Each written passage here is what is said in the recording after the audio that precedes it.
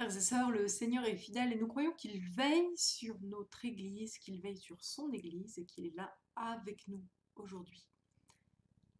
Alors que nous prenons ce temps pour le prier, pour louer son nom. Nous commençons par louer notre Dieu avec le psaume 4. Quand je crie, réponds-moi, Dieu de ma justice. Quand j'étais dans la détresse, tu m'as mis au large. Aie pitié de moi, écoute ma prière. Vous les hommes, jusqu'à quand mépriserez-vous ma gloire? Jusqu'à quand aimerez-vous ce qui est sans valeur? Et rechercherez-vous le mensonge? Sachez que l'Éternel s'est choisi un homme fidèle. L'Éternel entend quand je crie à lui. Si vous vous mettez en colère, ne péchez pas. Parlez dans votre cœur, sur votre lit, et faites silence. Offrez des sacrifices conformes à la justice et confiez-vous en l'Éternel. Beaucoup disent, qui nous fera voir le bonheur? Fais briller la lumière de ton visage sur nous, Éternel. Tu mets dans mon cœur plus de joie qu'ils n'en éprouvent quand abondent leur blé, leur vin, leur huile. Je me couche aussitôt et je m'endors en paix, car c'est toi seul, Éternel, qui me donne la sécurité dans ma demeure. Gloire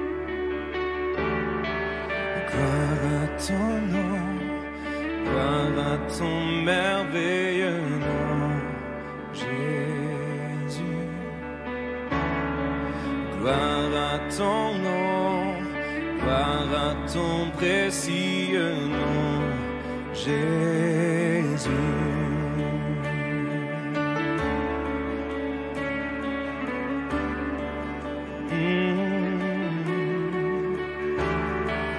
Gloire à ton nom, gloire à ton merveilleux nom, Jésus.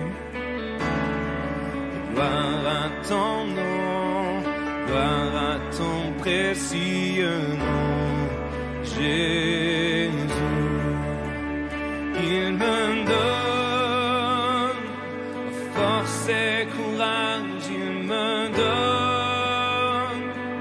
amour et paix, il me donne la puissance et autorité.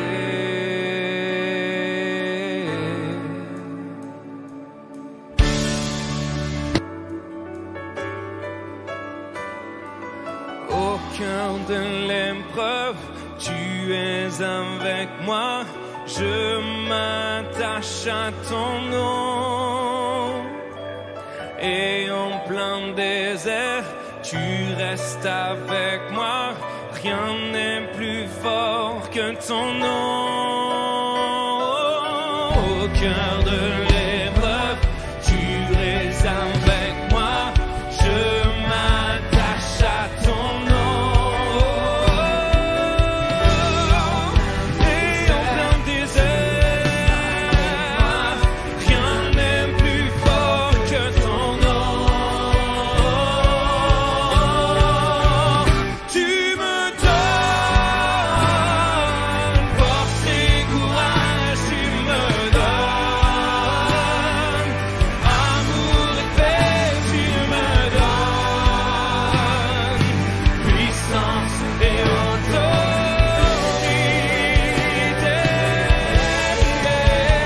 Tu me donnes force et courage, tu me donnes amour et paix, tu me donnes puissance et autorité.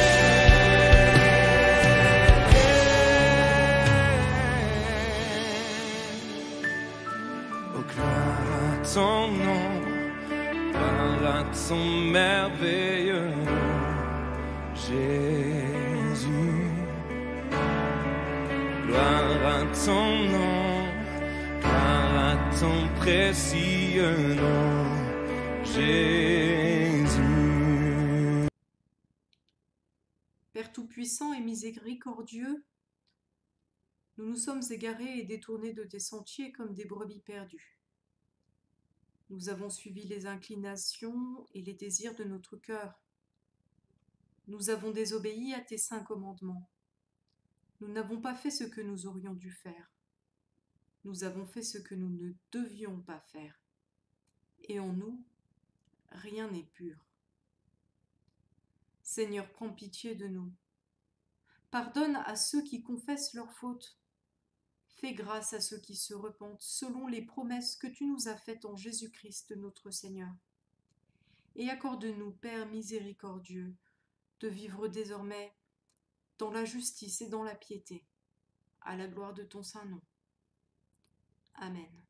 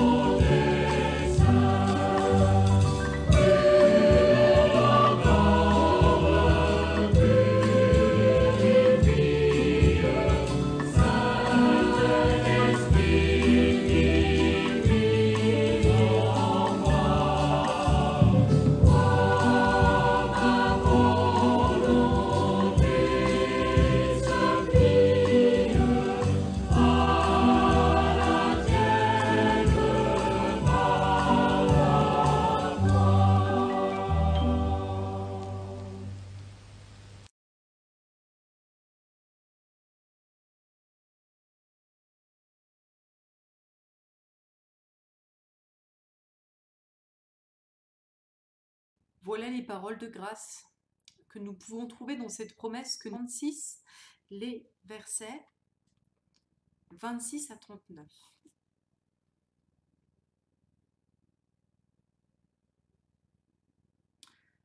Je vous aspergerai d'eau pure et vous serez purifiés.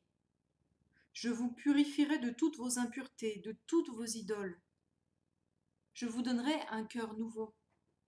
Je mettrai en vous un esprit nouveau. Je retirerai de votre corps le cœur de pierre, et je vous donnerai un cœur de chair. C'est mon esprit que je mettrai en vous. Ainsi, je vous ferai suivre mes prescriptions, garder et respecter mes règles. Vous habiterez le pays que j'ai donné à vos ancêtres. Vous serez mon peuple, et je serai votre Dieu. Et nous croyons que cette promesse est accomplie en Jésus-Christ notre Seigneur.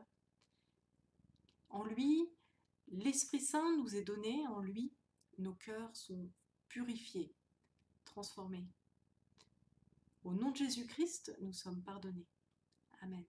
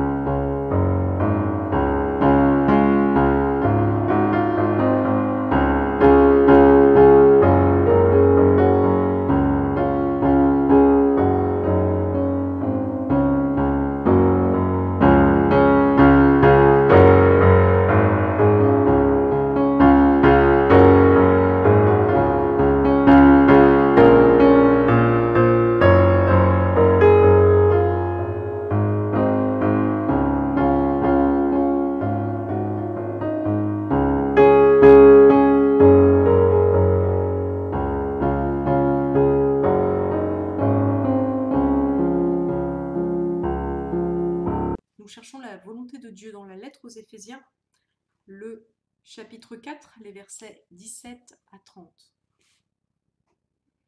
Voici ce que je dis et que j'affirme dans le Seigneur. Vous ne devez plus vous conduire comme les non-croyants, qui se laissent guider par la sottise de leurs pensées. Ils ont l'intelligence obscurcie, ils sont étrangers à la vie de Dieu, à cause de l'ignorance qui est en eux, à cause de l'endurcissement de leur cœur. Ils ont perdu tout sens moral et se sont livrés à la débauche pour commettre avec avidité toutes sortes d'impuretés. Mais vous, ce n'est pas ainsi que vous avez appris à connaître Christ. Si du moins c'est lui que vous avez écouté, et si c'est en lui que vous avez été enseigné, conformément à la vérité qui est en Jésus. On vous a enseigné à vous débarrasser du vieil homme, qui correspond à votre ancienne manière de vivre, et se détruit sous l'effet des désirs trompeurs, et à vous laisser renouveler par l'esprit dans votre intelligence, et à vous revêtir de l'homme nouveau, créé selon Dieu, dans la justice et la sainteté que produit la vérité.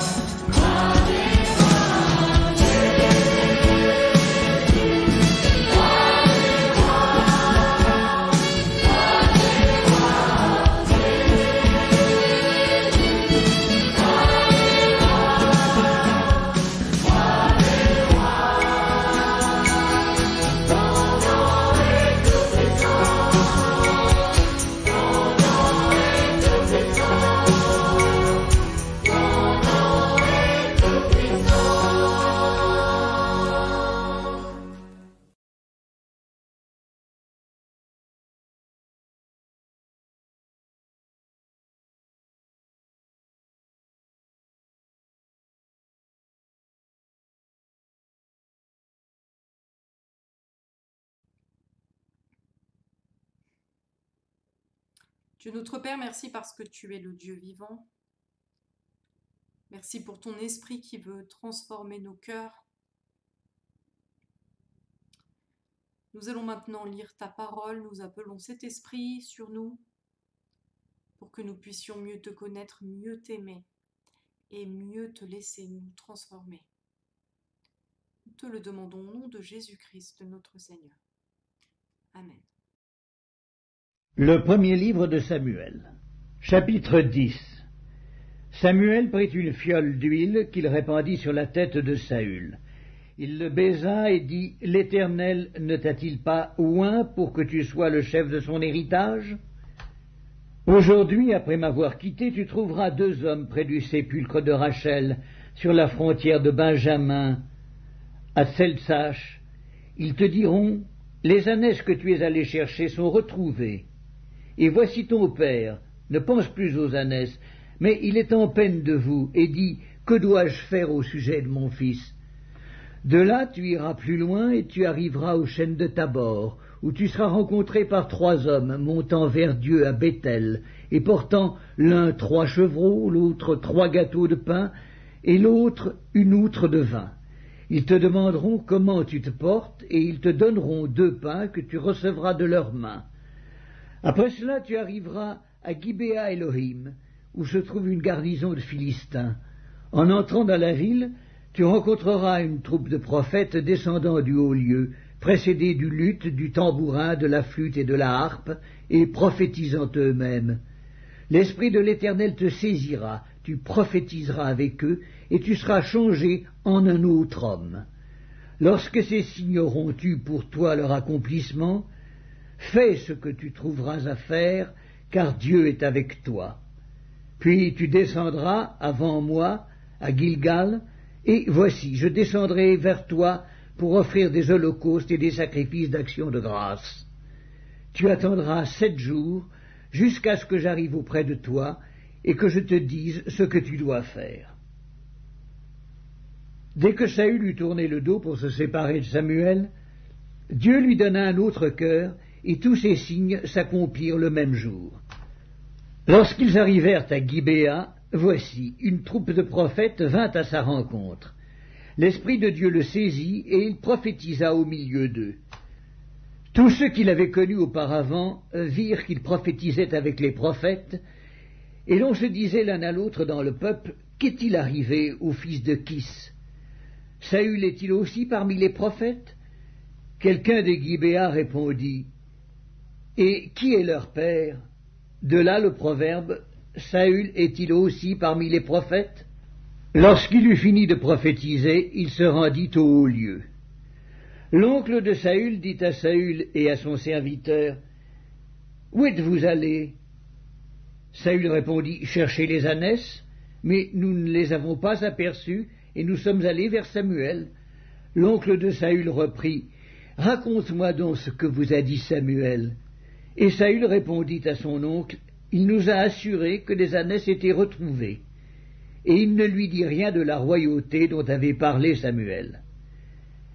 Samuel convoqua le peuple devant l'Éternel à Mitzpa, et il dit aux enfants d'Israël, « Ainsi parle l'Éternel, le Dieu d'Israël.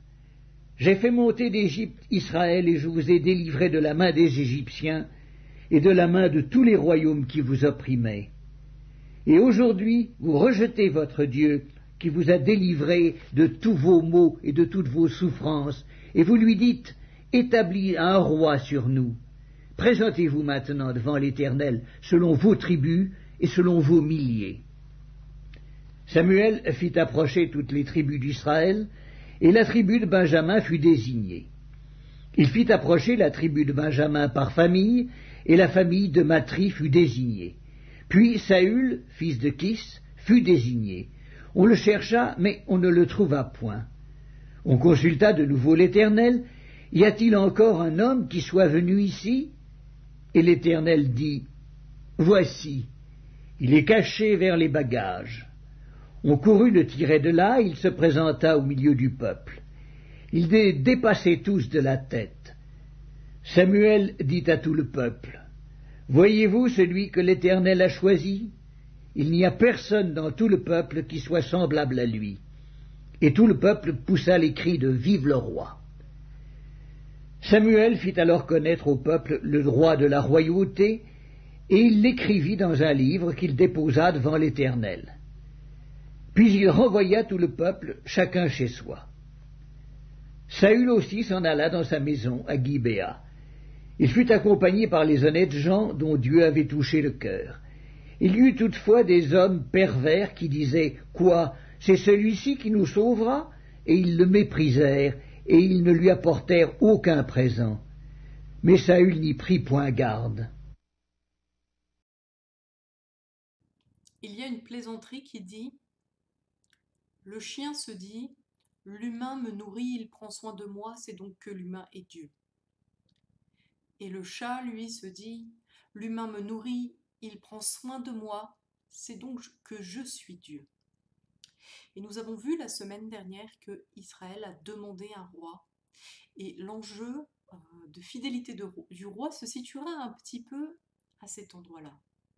Le roi pourrait se dire « Dieu me donne la royauté, Dieu me donne du pouvoir, c'est donc que je suis Dieu. » Ou il peut aussi se dire « Dieu me donne la royauté, il me donne du pouvoir, c'est qu'il est Dieu et je dois le servir. » Dans le premier cas, on se dit « Je suis Dieu, donc tout le monde doit me servir, tout le monde doit m'aimer. » Dans le deuxième cas, on se dit « Dieu est Dieu, je suis son serviteur et donc je dois lui être fidèle. Et je dois diriger le pays selon lui. » Alors le roi Saül a été oint dans le chapitre que nous venons de lire par Samuel. Ça veut dire qu'on verse sur sa tête de l'huile et qu'il reçoit une fonction de la part de Dieu. L'onction au départ était pour les prêtres. Donc le roi d'Israël va gouverner le pays et je pense que Saül, au début de ce ministère de roi, est dans cette humilité et qu'il est vraiment dans l'état d'esprit de reconnaître Dieu comme Dieu et de désirer le servir. C'est ce que nous verrons à travers ce message et nous essayerons par là de nous demander comment être humble pour servir notre Dieu, pour servir Jésus-Christ, le roi des rois. Premièrement, Saül reçoit humblement l'appel de Dieu. Aujourd'hui, pour avoir une haute fonction politique, nous savons un petit peu comment faire, enfin je pense. Il faut faire certaines écoles, il faut être à la bonne place au bon moment, il faut sûrement avoir des mandats dans le bon ordre, il faut avoir des connaissances. Avoir une haute fonction politique aujourd'hui est tout un travail. Ce n'est pas le cas de Saül quand il reçoit la royauté, et cette histoire le dit. Alors, il est question d'âne dans le livre, dans le chapitre que nous avons lu, d'un âne qu'il fallait aller trouver. Et en fait, pour comprendre cette histoire, il faut voir le chapitre précédent. Saül était parti pour chercher l'âne, les ânesses qu'avait perdu son père.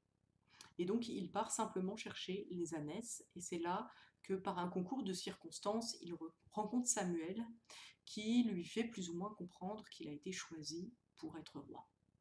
Saül n'avait absolument pas cette ambition, et d'ailleurs Samuel lui dit qu'il va avoir des hautes fonctions, sans vraiment préciser dans ce chapitre précédent. Et Saül va dire « mais je suis d'une très petite tribu, je ne pense pas être appelé à ce genre de fonction. » Là je paraphrase un petit peu, mais c'est ce qu'il lui dit. Et donc Saül est vraiment choisi par Dieu, et c'est vraiment l'image de la grâce en fait. Il ne l'a absolument pas mérité, il ne l'a absolument pas cherché, il faisait simplement son travail de fils de paysan, et voilà qu'il devient roi. C'est quelque chose d'assez incroyable, Et je crois que c'est quelque chose qui montre, oui, la grâce de Dieu, le fait qu'il veut manifester sa force dans notre faiblesse et que c'est lui qui est Dieu, c'est lui qui choisit et parfois ses choix peuvent nous surprendre. Et la conséquence de cela, eh bien, c'est une certaine humilité. On ne peut pas se vanter d'avoir réussi à devenir roi. On ne peut pas se vanter d'être d'une meilleure naissance que les autres ou d'avoir plus de qualités, même si Saül avait des qualités. On nous dit qu'il était grand, beau, fort à la guerre. Mais en tout cas, il ne se vante absolument pas de ses qualités et il est plutôt surpris de son appel. Alors nous, qu'est-ce que ça nous dit? Ça nous dit peut-être que si Dieu nous a appelés, c'est par pure grâce et nous n'avons rien fait de mieux que les autres, nous n'étions pas meilleurs que les autres, nous n'étions pas de meilleure naissance. Et pourtant, Dieu nous a appelés à la foi en Christ par son esprit et nous ne pouvons qu'être humblement reconnaissants. Ce n'est vraiment pas grâce à nous. Ce n'est pas parce que nous sommes meilleurs que les autres que nous allons à l'église, ce n'est pas parce que nous sommes meilleurs que les autres que nous croyons en Christ, c'est une grâce. Donc, tâchons de garder cette humilité qu'avait Saül au début de la royauté d'Israël. Ensuite, Saül accepte humblement de se laisser transformer. Et là, nous allons voir cet épisode où Saül rencontre des prophètes, l'esprit vient sur lui et les gens ne le reconnaissent même plus. Il est transformé. C'est très intéressant de noter que quand l'esprit va sur les juges, par exemple, c'est pour le rendre capable. Et donc l'esprit vient sur Saül pour le rendre capable de sa mission, qui est de discerner et de marcher dans la voie que Dieu veut pour son peuple. Saül doit être capable d'entendre Dieu et de le servir, de conduire le peuple dans le sens qu'il demande. Et cela n'est pas possible naturellement. Cela ne nous est humainement pas possible. Et quand on apprend qu'il lui est donné un nouveau cœur, on peut faire le parallèle avec le passage d'Ézéchiel que nous avons eu tout à l'heure, cette transformation du cœur de pierre en cœur de chair, et se dire que Saül a connu cette transformation qui rend capable d'aimer et d'obéir à Dieu. Et ainsi, il fait le prophète avec les prophètes, cela lui est donné par l'Esprit de Dieu, ce n'est absolument pas quelque chose qui vient de lui, et c'est pourtant quelque chose qui demande une certaine humilité, parce que Saül doit finalement s'abandonner à ça, et c'est pas forcément facile, il ne l'avait pas prévu, euh, ses propres pensées ne l'envisageaient pas, et voilà qu'il a besoin de laisser de côté ses propres pensées et ses anciennes manières de vivre et de faire pour se laisser transformer par Dieu. C'est aussi quelque chose qui a à voir avec l'humilité. Alors si on le rapproche de notre situation, on peut se dire oui, est-ce que j'ai vraiment cette humilité de désirer que Dieu transforme mon cœur? Et si j'ai déjà vécu cela, j'ai déjà vécu que Dieu œuvrait dans mon cœur d'une manière incroyable, où je sentais bien que c'était pas moi qui faisais quelque chose, mais que c'était Dieu qui était à l'œuvre, est-ce que je le laisse encore œuvrer dans mon cœur?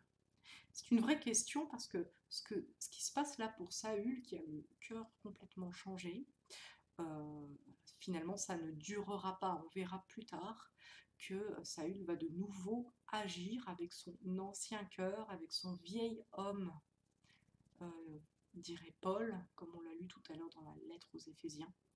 Et donc, avons-nous cette humilité de toujours nous remettre en question et laisser Dieu nous transformer nos manières de penser, de faire, nos habitudes, etc. Voilà donc le deuxième point, la transformation, l'humilité de se laisser transformer. Troisièmement, mettre humblement Dieu au centre de sa vie. Saül n'est pas le centre de la situation là, même à ce moment où il est vraiment déclaré roi et reconnu comme roi. Alors les hommes politiques, quand ils sont élus, ils font des discours, etc. C'est pas du tout le cas de Saül. Alors, cette scène est vraiment très amusante, c'est une de mes scènes préférées de la Bible, où finalement on désigne Saül et on le cherche, mais où est le roi qu'on vient de désigner? Et oh, il est derrière les bagages, il se cache, et on va le chercher. Et alors, ce qui est amusant, c'est que Dieu, c'est là que Dieu intervient et qu'il dit Saül est derrière les bagages, et il n'a pas l'air, Dieu n'a pas l'air scandalisé du fait que ce nouveau roi est derrière les bagages. C'est quelque chose qui scandalise les hommes parce qu'on s'attend à ce que quelqu'un de puissant ait de belle allure et se montre et fasse beaucoup de beaux discours. Et donc, il y a des gens qui vont critiquer Saül et qui vont dire « Mais c'est quoi ce roi? Il ne ressemble à rien. » Mais Dieu n'est pas choqué par cela, au contraire, il montre où il est. Et donc, Saül, là, ne cherche pas à être au centre de la situation. On comprend que ce n'est pas lui qui est au centre, là, mais c'est Dieu, son appel, qu'il finit par accepter, même si c'est difficile pour lui. Et on reconnaît aussi cette humilité, ce fait qu'il ne met pas sa personne, sa personnalité au centre, au fait que quand il est critiqué par les autres, il n'est pas fâché. C'est pas lui le problème. C'est pas qu'il paraisse bien et qu'on ne le critique pas qui est important. Ce qui est important, et peut-être un peu lourd pour lui à ce moment-là, c'est l'appel de Dieu. Et c'est ainsi qu'il va entrer dans cet appel. Et alors nous sommes peut-être questionnés sur la place de notre moi dans le service de Dieu. Quand nous servons, est-ce que nous mettons vraiment Dieu en avant? Est-ce que c'est lui le centre? Ou est-ce que c'est nous, nos désirs, nos ambitions qui sont au centre? Et bien l'humilité, elle met vraiment Dieu au centre et elle fait qu'on peut ne pas être susceptible et on peut ne pas se mettre en avant. Parce que ce qui compte, c'est Dieu. Alors je suis de ceux qui pensent que les débuts de la royauté de Saül sont plutôt prometteurs.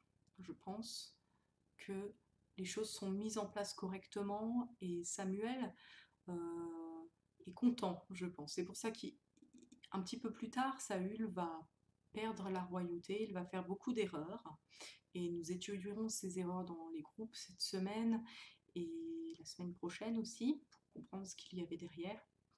Mais je crois que Samuel, à ce moment-là, il est très content, et c'est pour ça que quand Saül va perdre la royauté, Samuel sera très triste.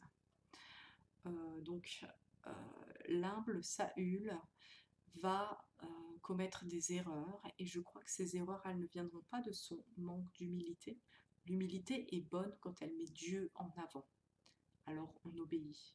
Mais quand on est trop humble et qu'on oublie Dieu, eh bien peut-être qu'on commence à avoir peur et on verra que c'est ce qui se passe finalement. On finit par avoir l'impression que les choses doivent être gérées par nous-mêmes parce qu'on n'a plus vraiment confiance en Dieu et on n'a pas bien confiance en soi non plus. Et je crois que Saül sera aspiré dans une spirale de peur. C'est pas l'humilité qui lui aura manqué, mais une humilité qui se passe de la confiance qu'on met en Dieu. En tout cas, nous pouvons vraiment bénir Dieu pour ce roi parfait qu'il nous donne en Jésus-Christ, qui était Dieu et qui s'est fait humble pour nous élever. Qu'il soit béni. Amen.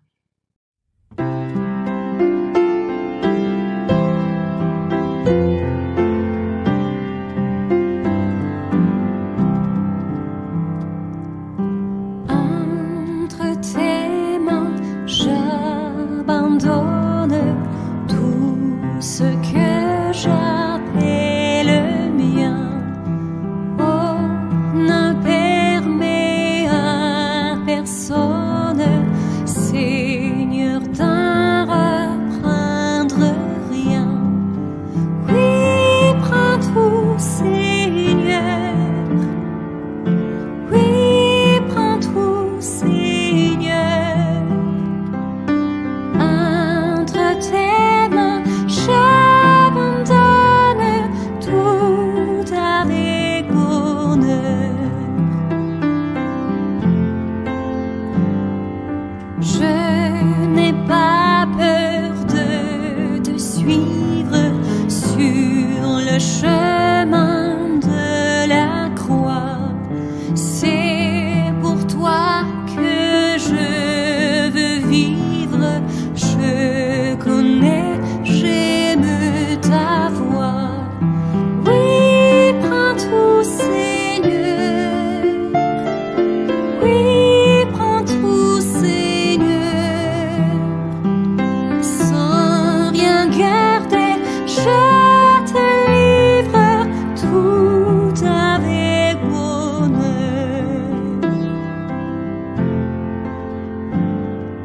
Tu connais mieux que moi-même tous les besoins de mon cœur.